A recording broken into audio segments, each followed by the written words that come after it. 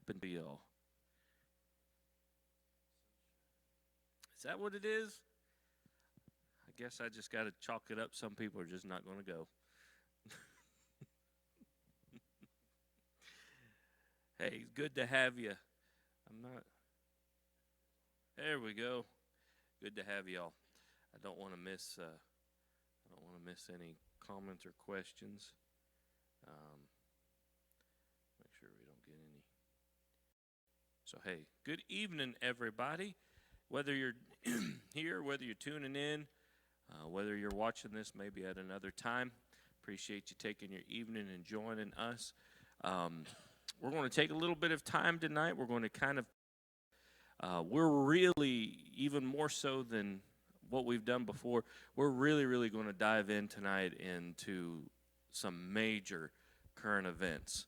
I'm really going to we're going to take some liberties here in the next 2 Wednesday nights. I'm sure we're not going to get through all this in one night, not even going to come close. But to kind of dive in over the next weeks of some major news that is happening at this very moment. And what I feel, or I believe, the biblical significance and prophetic significance and end-time significance that it plays and how it introduces into the world the end-time events. And we'll try to, I'm going to do my very best to kind of lay a foundation tonight that kind of then dives into the current events.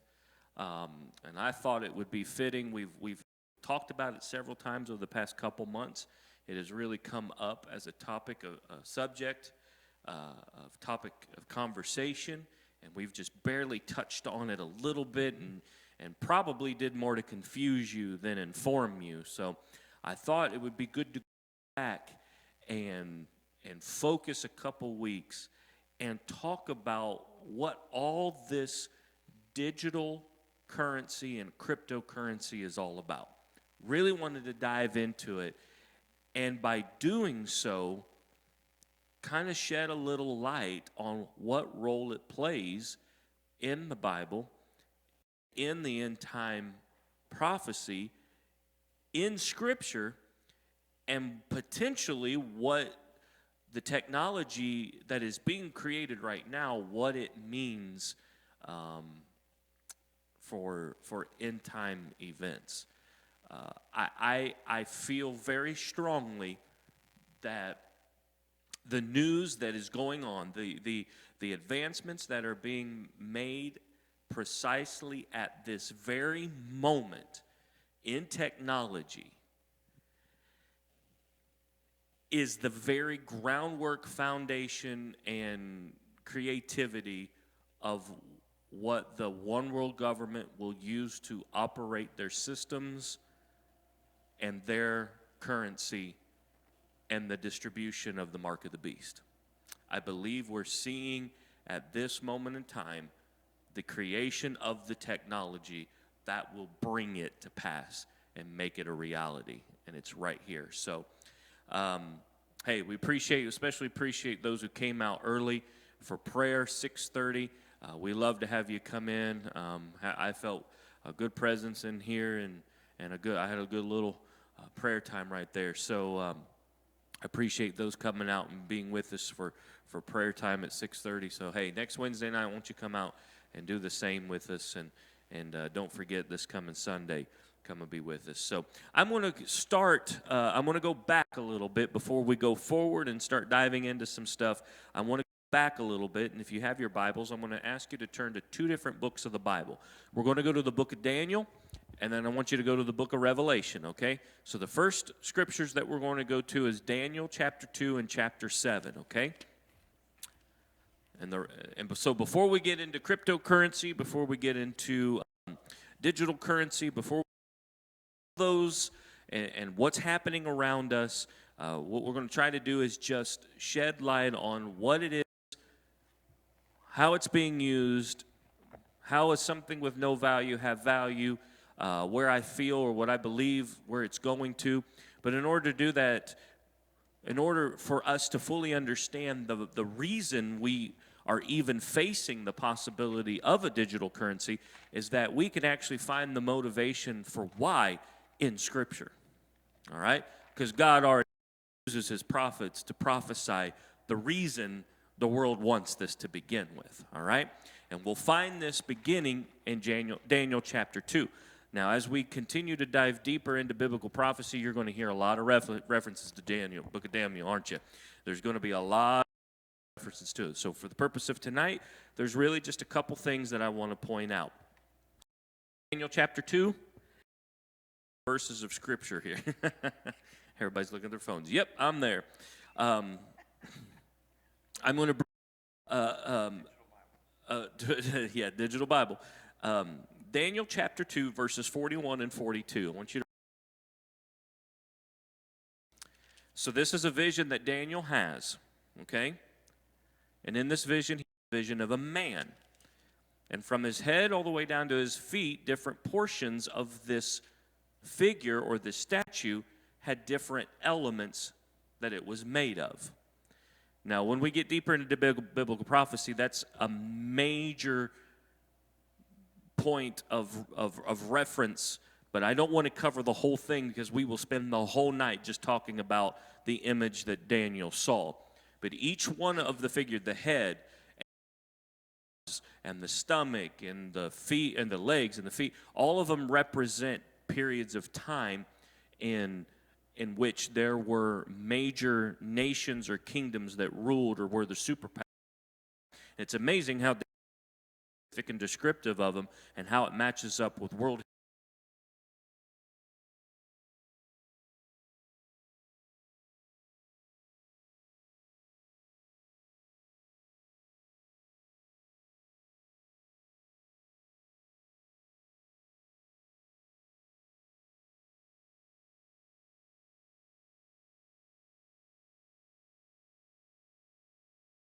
clay and part of iron.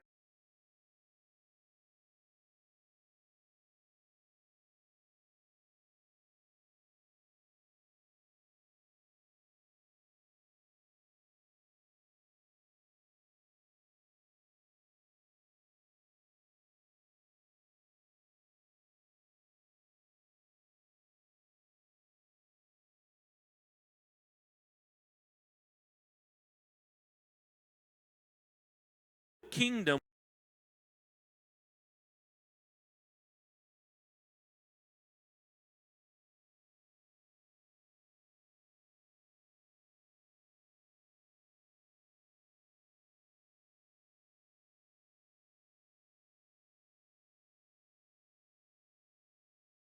on each foot, right?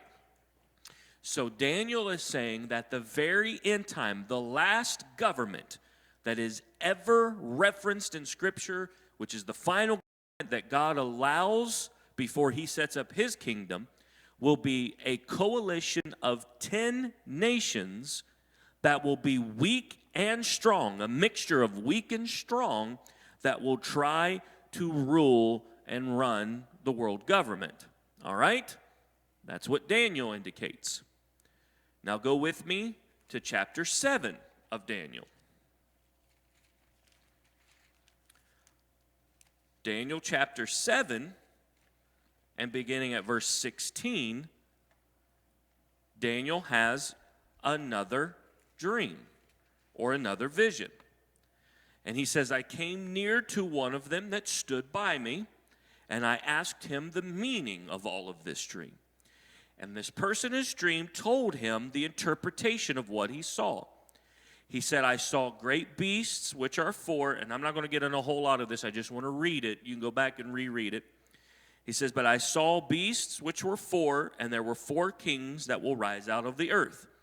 But the saints of the Most High shall take the kingdom and possess the kingdom forever, even forever and ever. Then I would know the truth of the 4th beast, which was diverse and different from all the others. He was exceedingly dreadful, whose teeth were of iron, his nails were of brass, which devoured, broke in pieces, and he stomped out with residue with his feet. And of the 10 horns, all right, so remember the 10 toes of Daniel chapter 2, he now sees a second vision that matches chapter 2. He sees a second where he sees 10 horns, 10 nations. 10 horns were on his head, and of the other which came up, before whom 3 fell. Even of that horn that had eyes and a mouth that spoke great things, whose look was more stout than the others. I behold, and the same horn made war with the saints and prevailed against them, until the Ancient of Days. Isn't that a great name for God? Whew. And it's capitalized too. Daniel refers to Jehovah as the Ancient of Days. He's the one before them all. That's a whole other subject, but I love that reference. He says, then the Ancient of Days came, and judgment was given to the saints of the Most High, and the time came that the saints possessed the kingdom. Then the fourth beast shall be the fourth kingdom on the earth, which shall be diverse from all kingdoms, and shall devour the whole pieces. Listen to this. And the 10 horns out of this kingdom are the 10 kings that shall arise, and another will rise after them that will be different from the other and will subdue the kings. So, Daniel has 2 visions showing 2 different things, interpreting the same instance. And the significance of it is the number 10. 10 toes, 10 nations mixed of strong and weak with the intention of one thing, bringing the world together for one government. 10 nations creating a confederacy or a coalition that will run the markets of the world. 10 horns that will gather together, but out of those 10 horns, one will arise that will be stronger than all of them. That's the Antichrist.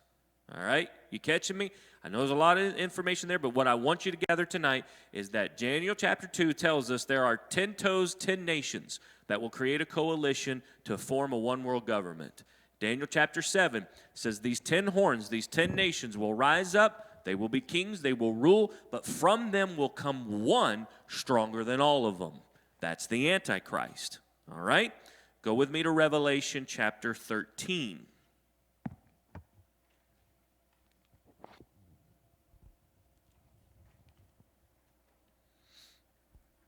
Beginning at verse 11, I'm going to read this quick because I just want to highlight little things here, okay? Revelation chapter 13, verse 11 says, I beheld, and there was a beast coming up out of the earth. It had 2 horns like a lamb, and it spoke like a dragon. And he exercised all the power of the final beast before him, and he caused the earth and all them that dwelled on the earth to worship the beast. Okay? He made fire come from heaven on the earth before men, before their sight. He deceived them that dwelled on the earth by means of these miracles that he had power to do. He said to them that dwelled on the earth that they should make an image, and that which he had a wound by the sword, and he did live. So he was injured, and he survived, and he wanted an image created to worship him, and the earth obliged his request. He had been given power to give life to the image of the beast. The image of the beast, it could speak, and it could cause as many as he wanted to worship. All right? And he caused all, both small and great, verse 16, small and great, rich or poor, free and bond, to receive a mark in their right hand. Notice verse 16 does not exempt anybody, right? It includes everybody. Anybody that's living has been told to worship the image of this beast, which we know is the Antichrist. This is the horn that Daniel talks about that rises up from this coalition of nations to take over the world. He survives an assassination. He survives, well, we can speculate, but they try to kill him. He survives and worship him like a god. All right? And by doing that, the world is willing to partake in his requests. And the Bible says, small and great, rich or poor, bond and free, they receive their hand or their forehead, that no man can buy or sell, unless he has the mark or the name of the beast or the. This is where we get the infamous verse 18. Here is wisdom.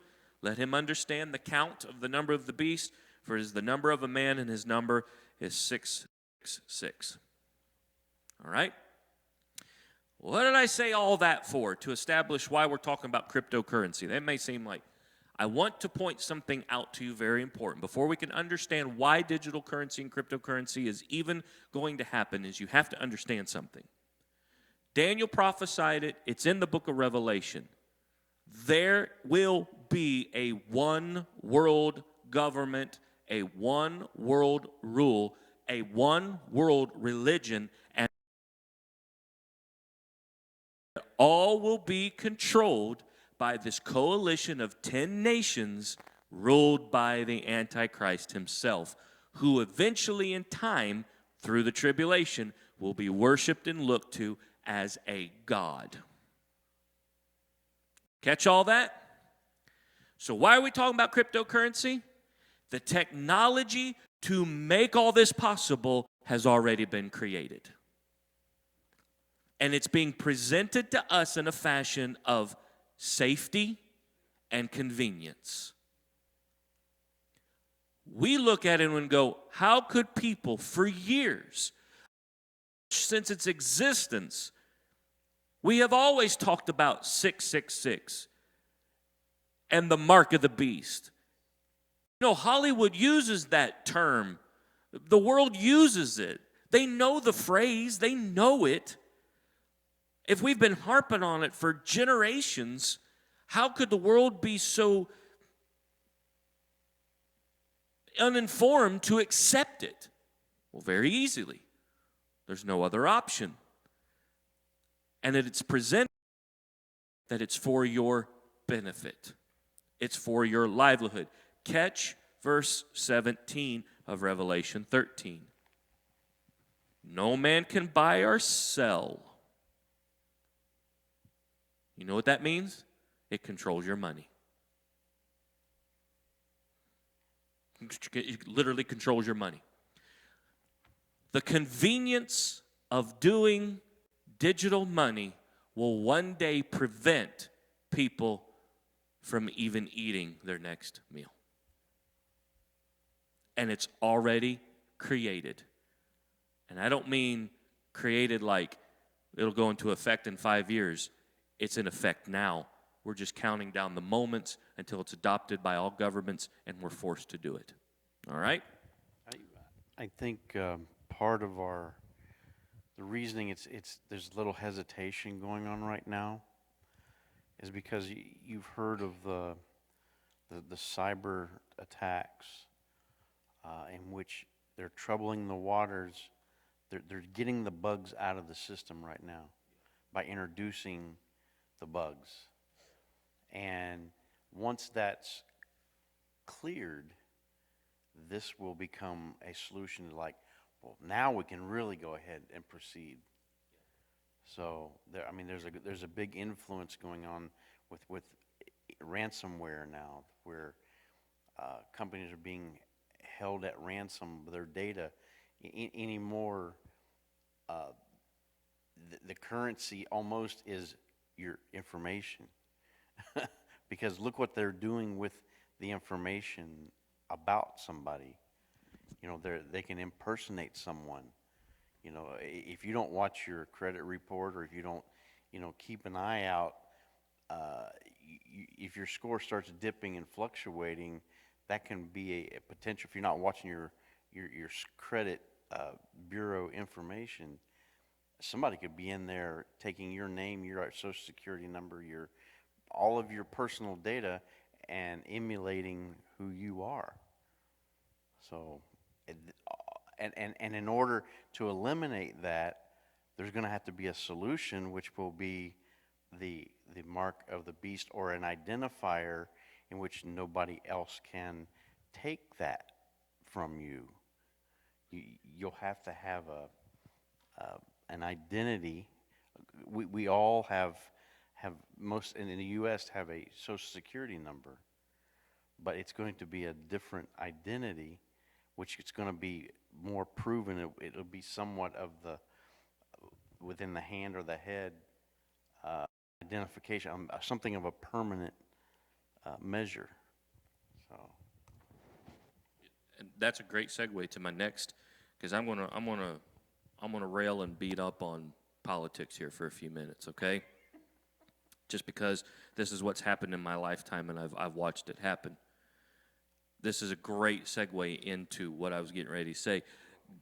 Yes, thank you. Governments love information. Your value is not limited to the tax money they take from you, but how you live your life and how they gather that information. Do you remember the theories? I was not around when this happened, but in sitting through many Bible prophecy teachings throughout my life, I've heard the stories about it. Has anybody ever heard the theory of when they came out with the Social Security number?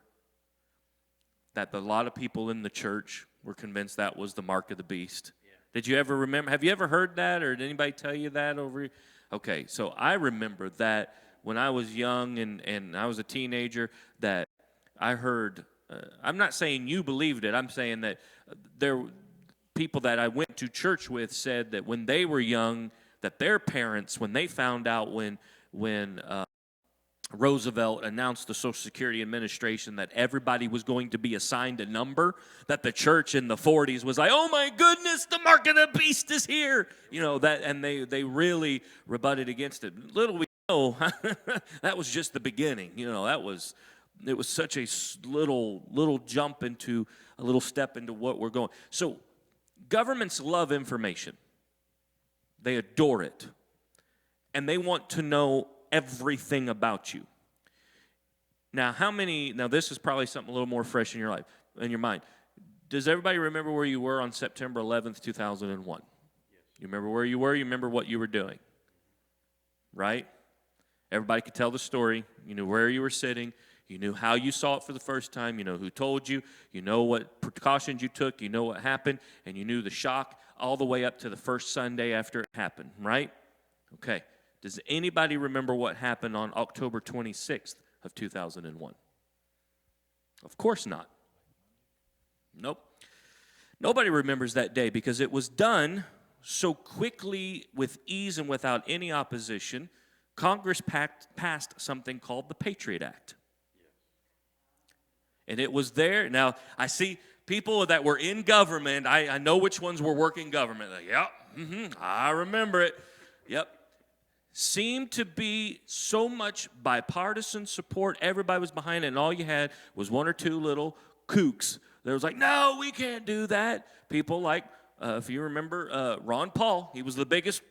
No, we can't pass this. We can't do. He was the only voice, all right? And his crazy followers, and no, we can't do this. We got to do this for our protection and safety. We got to prevent terrorism across the globe.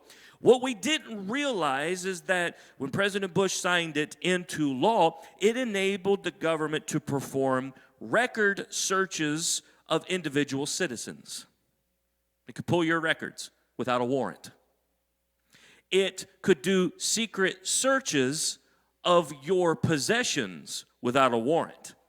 If they felt that a search would benefit the intelligence of the intelligence community or the CIA, the FBI, they could search your, for their intelligence purposes, they could search your possessions, belongings without a warrant, and they could do something called trap and trace searches, which we didn't know the significance of 2001, where we were getting to, but eventually, under the Obama administration, the trap and trace searches then went into monitoring your phones and email. Whew. Now, if they feel you are a terrorist threat to the country, they, without a warrant, can collect your bank records and credit reporting, see what you're buying. If you show up in Nebraska and buy a ton of manure, well, we got to flag that. You might be building a bomb for your protection, right? Little did we realize that in reality of this law being passed on October 26th, that it was direct violation of the Sixth Amendment, which is the right to search and seizure. Because Section 412 of the Patriot Act does not require due process for an accused violator under the Patriot Act. They can arrest you, hold you without bond for as long as they want until you are sentenced and deny you representation. You're guilty until proven innocent, and you have no chance of proving your innocence. The investigation will prove your innocence, not your own defense. That's what the Patriot Act allowed. Beginning in 2008, the Patriot Act was expanded under the Obama administration to allow agents to put wiretaps in people's homes and allowing government to search business records. So it's not only about individuals deal with. We sacrificed freedom for a sense of security. Why? Remember, governments love information. Now, we sit here in the cozy, comfy United States of America. We don't even realize it's more conspiracy than reality, but in truth, it is more reality than conspiracy, that an organization called the NSA actually records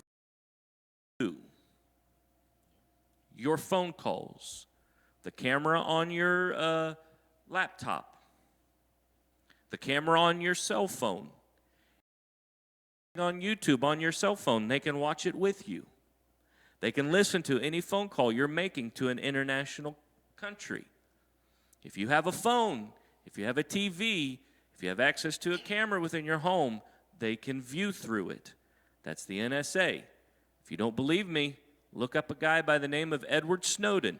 He's hiding in Russia because he worked for the NSA, and he let it out of the bag what the U.S. was doing without warrants, and they made him an enemy of the state, put him on the FBI's most wanted list, and he's finding refuge in Russia, of all places, hiding from our government. Because if they get his hands on him, you'll find him dead in a jail cell. This is not conspiracy. This is reality. Governments want to know every move you make. Now, why would a government want that? That's the age-old question. You got Control. that easy. If you go against whoever's in charge, they want to know who you are. Stop. This is how sad, sickening, and serious I am. I offend, I have no apology. But we literally have an administration in the White House right now that are doing two things that they announced this week. Number one, they are putting a tighter clamp on social media to prevent the spread of misinformation about COVID and the vaccine. While two, putting together mobile units that can go into communities to ask those who are unvaccinated to get vaccinated, which shows me two things. Number one, they already have a database of who is and who isn't, information. And number two, they're going to control what you see, what you read, what you watch, what you hear. Because it's all about control. It's not so much now anymore that we want you to think, or that we control what we do. It's now we're getting to the point where they want to control what you believe. This has been, to us as Americans, this is a violation, but to those nations that have been brought up in communism, it's an everyday existence. And the next point is? My next point is, if you want to see what this looks like, my next point right here, look at China. China controls in their communistic government every aspect of a Chinese person's life. They choose where you work. They choose what you make. They choose how many children if you have children. They choose your life. They control with one media source what you hear and what you see and what you read from the news. They control what products that are options for you to buy. They control everything that you could possibly imagine in their entire citizenship. And in a return, they promise them safety, health, well-being, and equal pay. Sound familiar, anybody? Except to the Christians. Except to the Christians, except those who go against, because communism is anti-God. Government is God. It's really a religion. It is a religion. Socialism and communism are religions. Make sure your microphone's on. You green light? Okay, good. All right, just want to make sure. All you got to do is just look at China. They can tell you what car you can buy and when you're going to buy it. It's as simple as it is. People are happy to do it. That's the scary part, because they've been conditioned for so long. And if you go,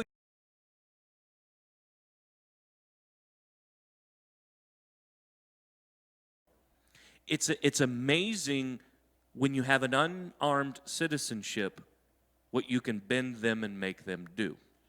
Well, if you remember during the presidential election, the Democratic part, our current vice president said those who voted conservative or Republican need to go to re-education camps. And that's what socialism and communism, one of their famous points, is re-education. That's called the church. Yeah. Their target? No, we are the re-education Yeah. aspect of diffusing what the world is trying to push in on us. It's Yeah. a war, yeah. Well, yeah, yeah. Slowly people get conditioned to that too. Yes, They do. They have been. Because they realize, hey, I don't even have to make a decision. They're just on autopilot. Right. Well, if you look at the issue of the gay issue, when it first came out, there's things, but then they start doing it in school, young kids, and now, it's all right, even in a lot of churches. So, That's how we lose sight of it too, like Social Security number, everybody was initially, oh, this is the one. They just keep throwing things, oh, this has gotta be, oh, this has gotta be, oh, this has gotta be. So people are like, it's never coming because Right. yeah. it's gonna come. Exactly. So one of the things that's happening right now in the news is that there's a particular country in the world that's been on the news here recently, okay? And the reason being is that for 70 years, a communist dictator or dictators have told their people, we're going to give you free education, we're going to give you free health care, we're going to give you free, equitable income, fair for everybody. In exchange, you give up your freedoms and we tell you what to do. Now, guess what? Now the government's run out of money. They can't provide health care. They can't provide food. They can't provide nothing to their people. And people in Cuba are revolting against communism. And that's why. The government could not hold up to their promises because ultimately it only benefits those who are in charge and nobody else. Okay? You can only spend other people's money So long. much. Exactly. So looking at China, if you want to see the ideology, as much as I hate this, as much as I hate to say this quote, I'm sure of it. And we have people in our government, our representatives, that are jealous of China's ability to surveillance their people. They're jealous. Did you know, were you aware that in China and all their major cities and many of their smaller ones, they put surveillance cameras within feet of everywhere you go so they can surveil everything their population does. And they take the movements of people and society and they have an algorithm in a computer that gathers that data so then they can estimate the movements of what's getting ready to happen by their people. A magazine called The Atlantic reported in February of 2018 that China's evolving algorithmic surveillance system relies on the security organs of the Communist Party state to filter, collect, and analyze staggering volumes of data flowing across the internet. They have used that data to then begin using that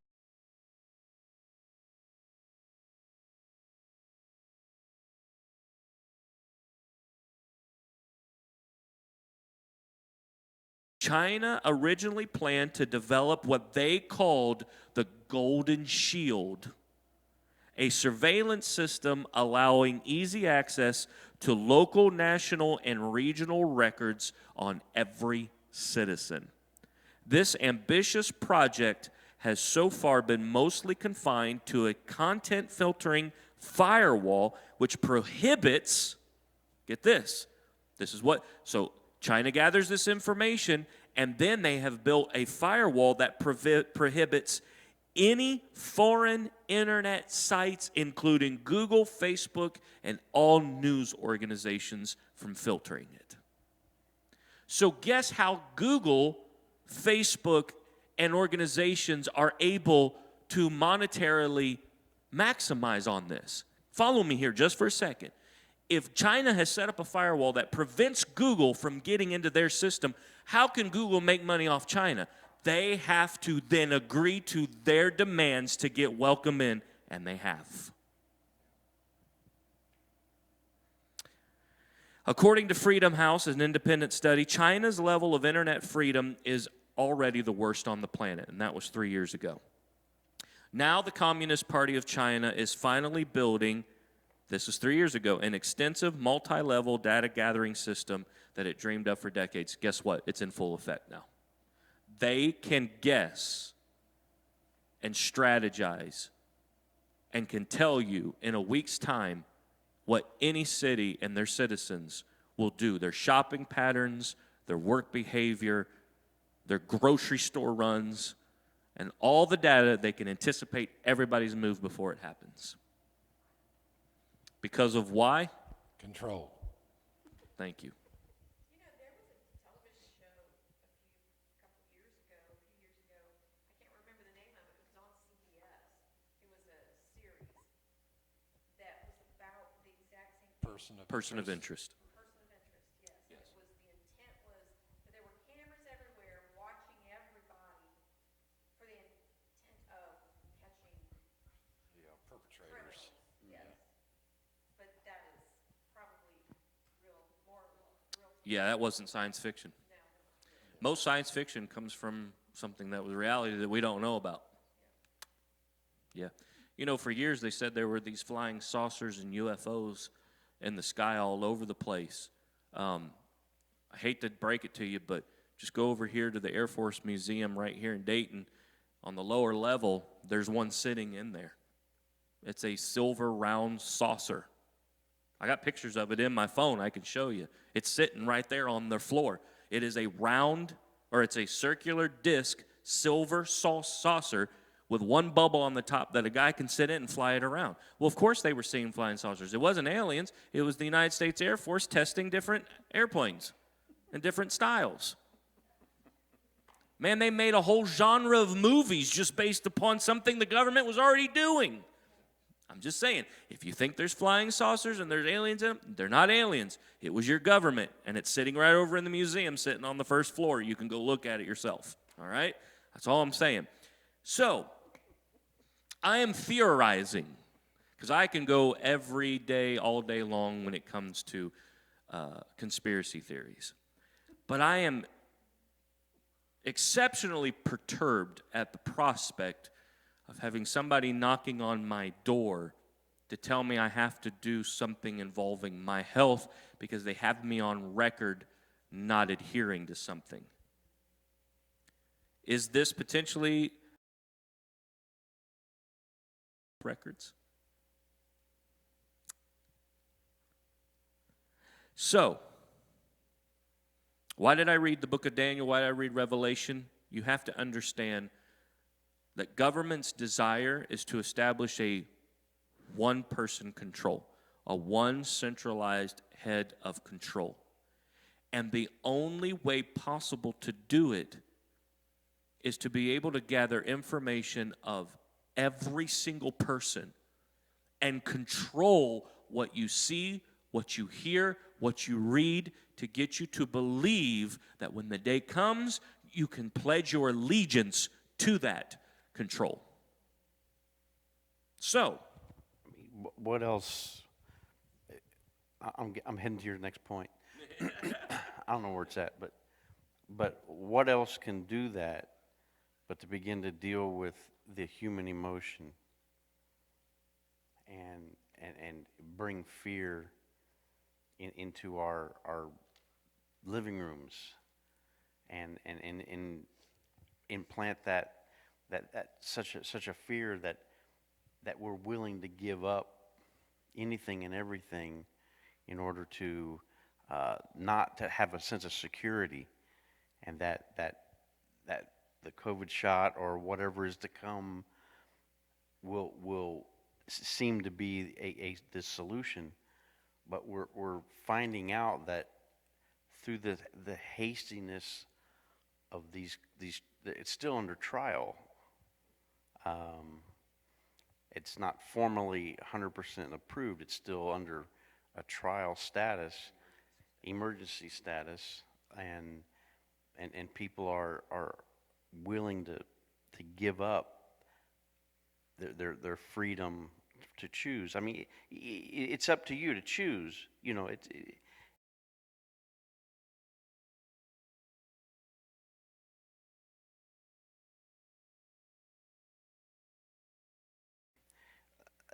a condition that might be irritated. I mean, you hear every day there's new situations that are coming up because of the hastiness of these vaccines. They're having multiple effects on different people, and you know, some can be more sensitive than others. You know, so you're hearing more and more situations where they're causing more issues than they are helping, but they're reversing that psychology and reversing it to the point where you're hindering society because you're not getting it. You know, and like I said, if it's a choice, you know, if you feel that your health is, if your body is healthy enough to receive it, you know, we're in America, right? I mean, we still have choices, and but you know, if there's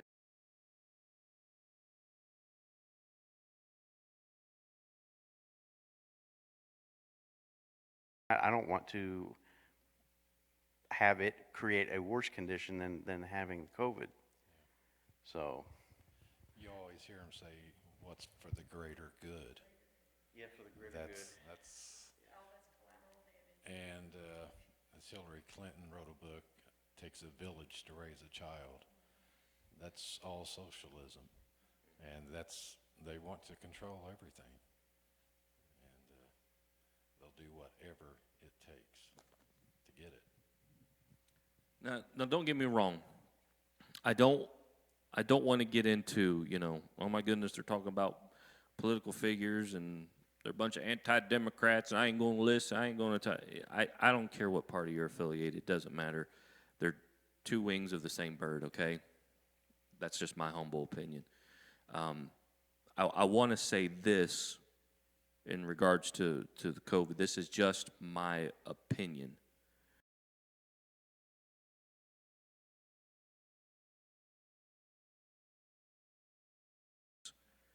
And whether you do or not,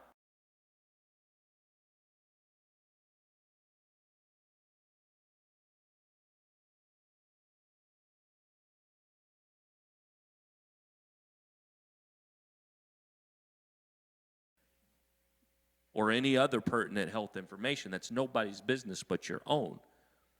So it brings to the forefront, well, what's the motivation for this push? Your governor today, I read it. He was in Columbus, I believe, and unveiling some kind of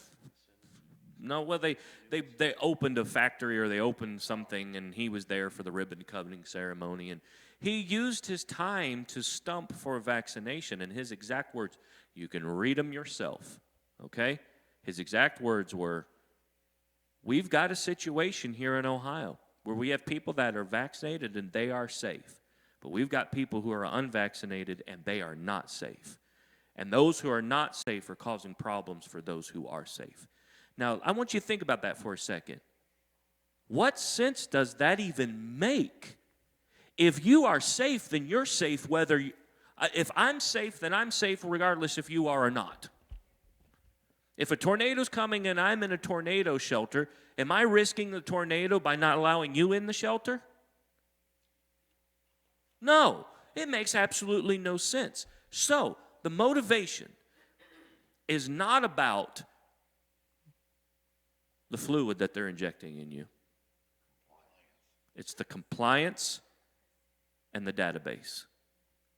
This is a test, folks. This is just my opinion. It all has been.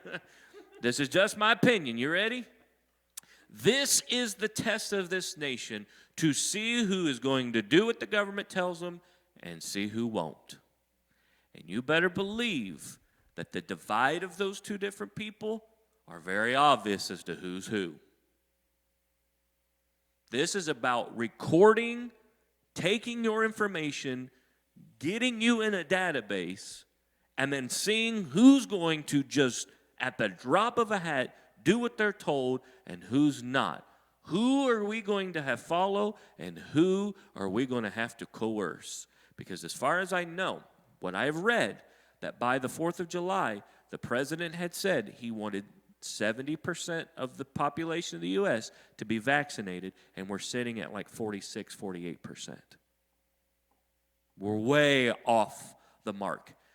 And that's only if one dose. They're not even releasing the numbers of who's gotten two. They're just saying at least 48% of the citizenship has gotten at least one. So you probably think maybe half that's gotten both. Maybe. Speculation. Well, my daughter told me something. He said those who have it are safe. Well, my daughter said this cruise ship had 100 people that were vaccinated. They went on this cruise. All 100 of them recaught it. Well, you know, I don't want to spend our night talking about COVID. That wasn't. I'm saying that let's go back to Daniel and let's go back to the book of Revelation.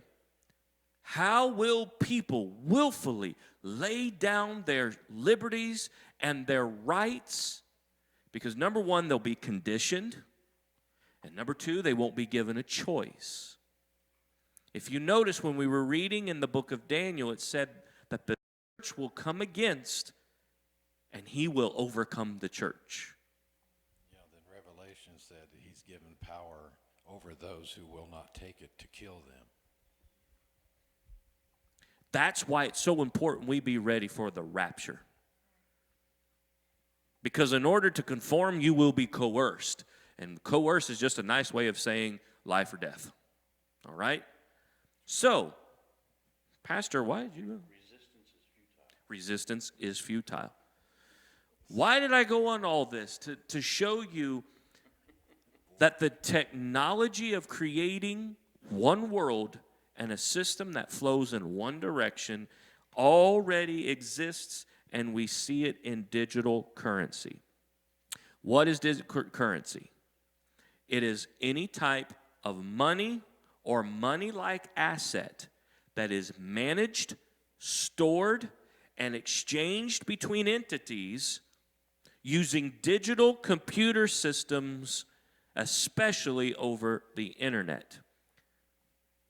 You said a comment to me before church. We were sitting in there, and you said there are literally banking systems that don't have brick and mortar buildings anymore because they can do everything right here, right? I will tell you, company I work for, we do our banking through Wells Fargo. Now tell me, where's the last Wells Fargo bank you see? And they handle everything for us. And we look at it through natural carnal eyes and we go, whoa, that's pretty cool and efficient and quick and convenient. Digital currency is the same thing. So what type of digital currencies exist? What are we referring to? Well, you will hear it called cryptocurrency, virtual currency, or a central bank digital currency. One of the most popular devices or pieces of value that we have been hearing about is called Bitcoin, right? So what we cannot wrap our brain around is how can something that doesn't have any monetary value have value? And the reason it's valuable is because of one word. I'm going to give you one word as to why Bitcoin is valuable and it's being used. You ready? It's one word. Decentralized. Bitcoin is decentralized. Anybody know what decentralized means? It does not have to adhere to any government regulations. It can be freely exchanged between any entity without any oversight or recording. If Dan has 10 Bitcoin and I have this bookmark, he can come to me and he say, Brandon, I want to buy this bookmark for 10 Bitcoin. If I want his Bitcoin, I can agree to that and walk away with it, and I made 10 Bitcoin. And there's not a government in the world that can say, now we got to tax your income. It's decentralized. The reason its value is that it is literally made up by people, and it eliminates government's hand in taking any bit of it. Deglobalized too, because 10 Bitcoin in England is the same as 10 Bitcoin in America. Yes, so it's got equal value across the globe, no matter where you are. It is literally, cryptocurrency right now is a one world monetary system. It just is, it's controlled by the people, not by the government, which you can understand why the governments are having a fit, because I literally have just spent this entire lesson trying to tell you that governments want control of everything. And this is the biggest thing that they have no control over yet. Yes. So Bitcoin, why it's valuable. How can we wrap around something that we cannot touch, we cannot put in our pocket, we can't fold and put in our wallet, we can't put it in a piggy bank? What makes it valuable? It is a currency that people are using where they don't have to adhere to the rules of a central bank or a single administrator, and it can be sent from user to user on a peer-to-peer basis and network without the need of any intervention. None. It is a new type of cash that cannot be traced. So, what are governments going to do? I said this months ago. I said the battle is going to be this. Government dollars are devaluing as cryptocurrency increases value. More people buy into it and use it, the less they're using their own dollars, which deflates the value of the nations. So they were going to try to market manipulate. They're trying to use market manipulation to drive down the value of cryptocurrency to increase their value. They've tried it a few times, and they're not very successful. They cannot sustain it, because the more they attack it, the more people buy into it. Because when a government doesn't like something, you probably should buy into it.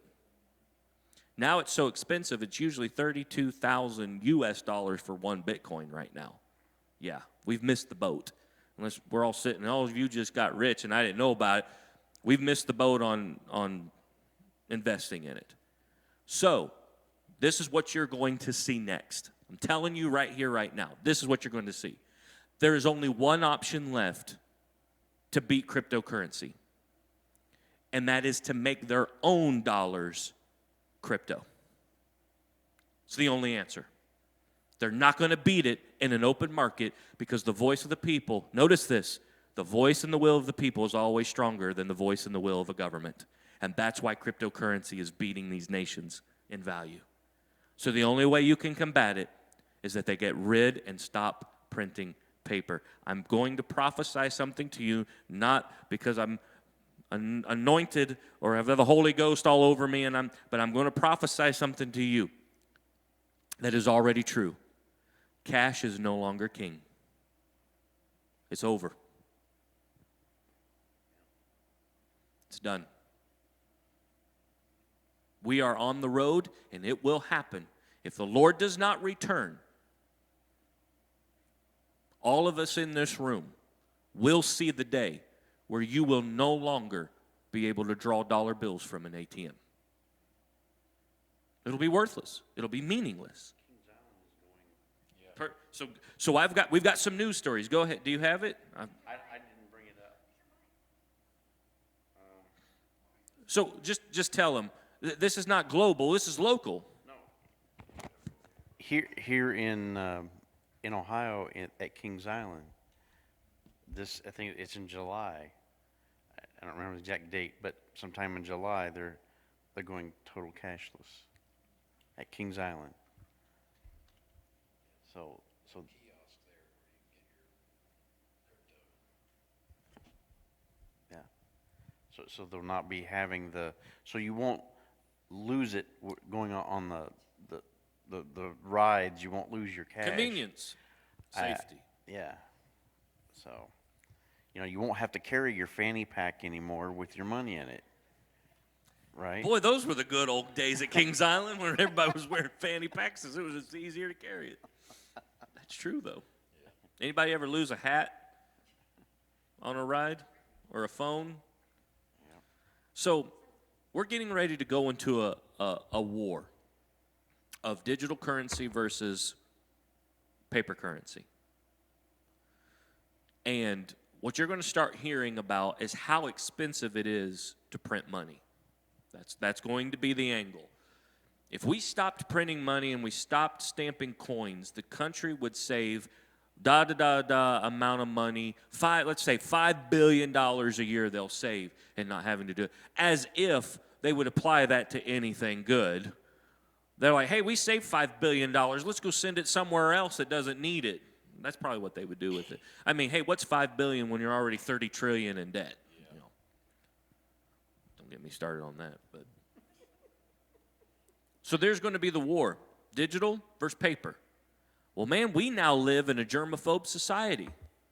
I'm looking around at all my coworkers taking all these extra steps to stay healthy, and I'm looking at them going, man, my wife's been doing that as long as I've met her.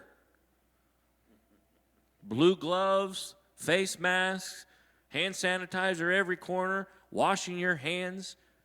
We were singing Happy Birthday washing our hands years ago. 20 seconds, psh, that's the minimum. Come over, we'll show you how to really wash your hands. You forget, sometimes you got to wash the back. You ever forget? A lot of people, 75% of people forget to wash the back of your hand. Yeah.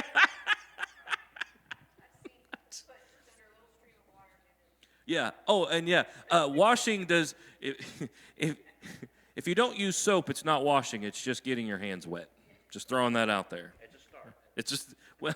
Most of your germs come under your fingernails. You ever Oh, that's seen true. that? Don't even get Ashley started on that. Don't chew on your fingernails. So here we live in a germaphobe society. Well, man, we get rid of dollar bills. You don't have to worry about that. Because honest to goodness, the dirtiest thing on the face of this planet is a dollar bill. You know what number 2 is? Your phone. How many of you wiped your phone off today? Okay, she cleaned it because she had to. Was it Jeff's phone?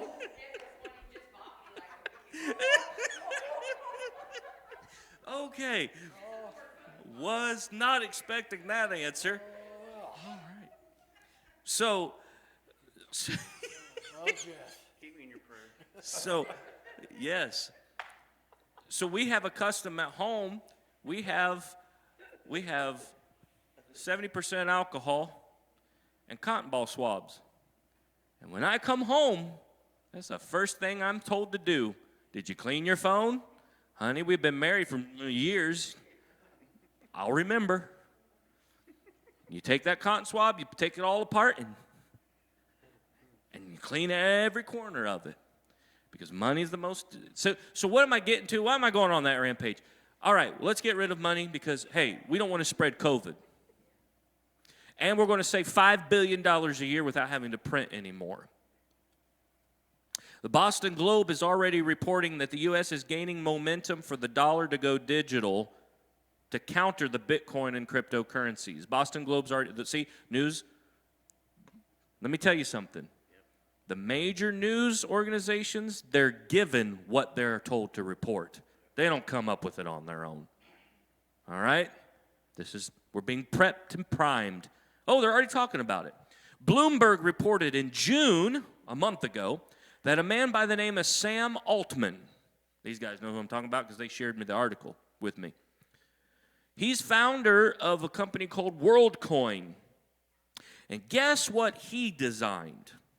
He designed an orb-shaped device that could scan a person's eye and construct a unique personal identifier just for you based upon your iris.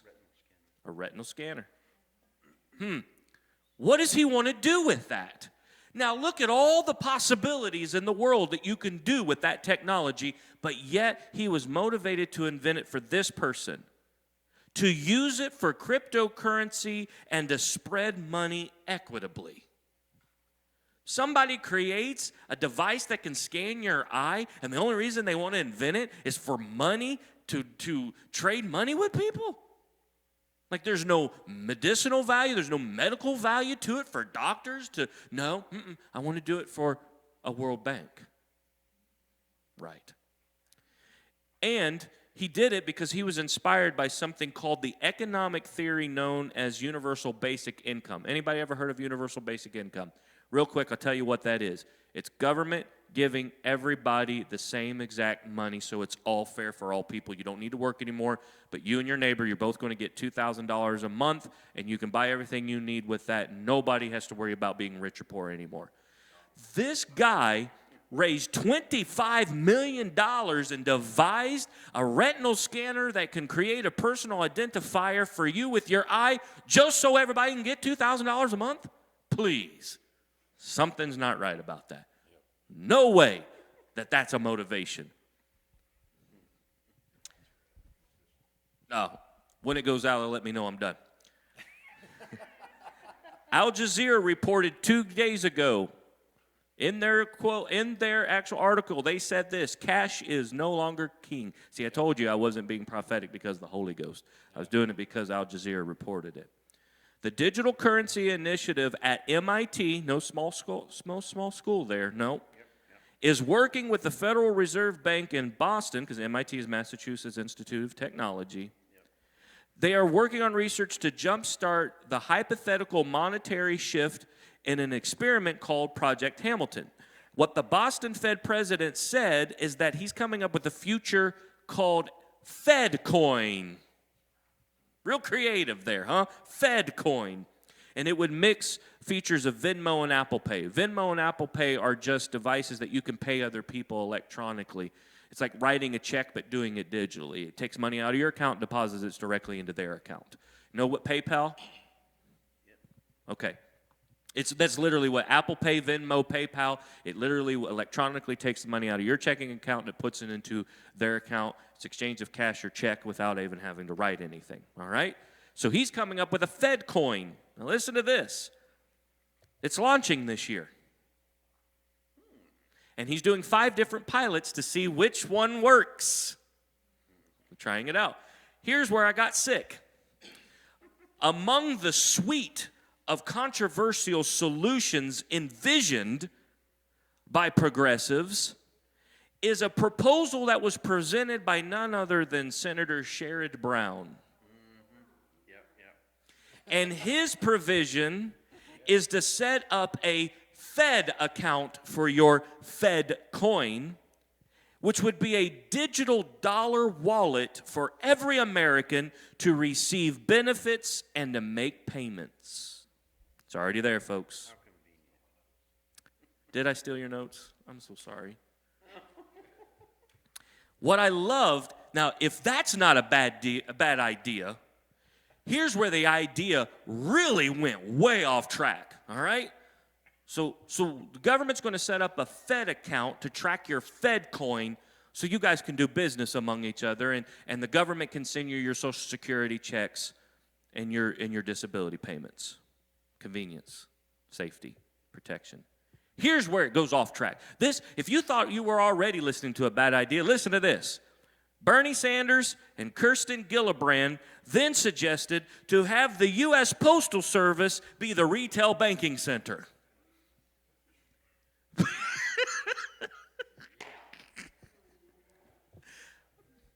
I know, I just sucked the life out of the entire room, didn't I? What's the word we're looking for? Control.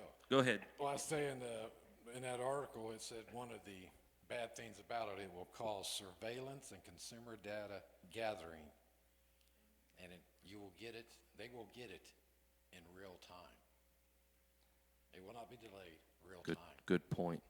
Well, if you have a Facebook account and you've gone into a mattress store, by the time you get home and go on Facebook, you're gonna get a gazillion advertisements. Yeah, and if you go on Google, it happens in It's my already life there. all the time. You look up some book, when you get on Facebook, But that's just it, you don't even have to go Google search anything, you can walk into a retail yeah, and know what you are looking for and start sending you advertisements. yeah. I'm gonna tell you all. Traces your. Okay. Let me, Your GPS is tracking. in a CNBC article said that they're calling for global cooperation in the CBDC, which is, Tell them what the CBDC stands that for. stands for the Central Bank Digital Currency. So if you hear CBDC, that's what they're talking about. Central Bank. And they're talking about global cooperation, which will lead to the Antichrist and a one world government. And the mark of the beast. It's conditioning for that. It's conditioning. Yep. Remember, Revelation 13:17 says you cannot buy or sell without this mark. This mark is not a stamp. This mark is a way of doing business. Yeah, and if you come up against the government, you don't like something, what's going to cause them to not to freeze your account or take it from your account? Oh, you refuse to get a vaccine? Well, we shut down everything. Yeah. You cannot buy or sell. I'm telling you, folks, this is not conspiracy. This is not science fiction. This was God trying to tell his church and his people. Remember, he said it was going to get worse if he hadn't have shortened it. It's going to get bad. And the technology not only already exists, but it's in play and it's being used. It's been, yeah, and it's just a matter of time. And I don't mean years, I mean months before it's going to be a majority accepted by your friends, neighbors, and family as a mode of doing business for various reasons. And it'll be like in the Bible where, your neighbor, well, he don't have the vaccine. Or she didn't do this, do that. Yep. FBI is already They asking. won't need a police. They'll have No. neighbors to do that. Yeah. And even family, it says in the Bible. Yeah, Sherry Dolan, she just commented, she said, you can even be talking about a particular thing and see it later on your Facebook page. I'm going to tell you something. If you want to know, I work for a small dealership. If you want to know what I do for a living, I will tell you I'm a business development manager. I develop business to the dealership. If you really want to know what I do for a living, is I enact and put together the systems that do that very thing for our dealership. I can tell where they've been, and it's not a name. I don't know a face. I know IP address. And if you've looked on my site, I will follow you to the ends of the world putting my product in front of your face. That's what I do every day, all day long. I am. I'm a digital stalker. It's a very small picture of the full thing. But if they sell that technology to a little dealership in the middle of Dayton, Ohio, that means the government put into effect a long time ago on all of us. Now it's just a way of monetizing it and creating business from it. Information is valuable. Control is even more valuable. But they can't control unless they have information. I would imagine at some point in time, if we ever get a stranger that's not a Christian come across our Facebook page and listen to what we just talked about tonight. They're going to look at us and go, these people are crazy. Holy moly, they walked right out of the Sci-Fi Channel and tried to put Jesus on it. And say, God made me do it. Yeah. The question is, are we willing to be looked at like we're crazy? Because when it comes right down to it, the end of the world, they're going to make a choice in front of the Antichrist of whether they're going to reject him or accept him. We have the same choice today. We just don't have to do it at the edge of a sword.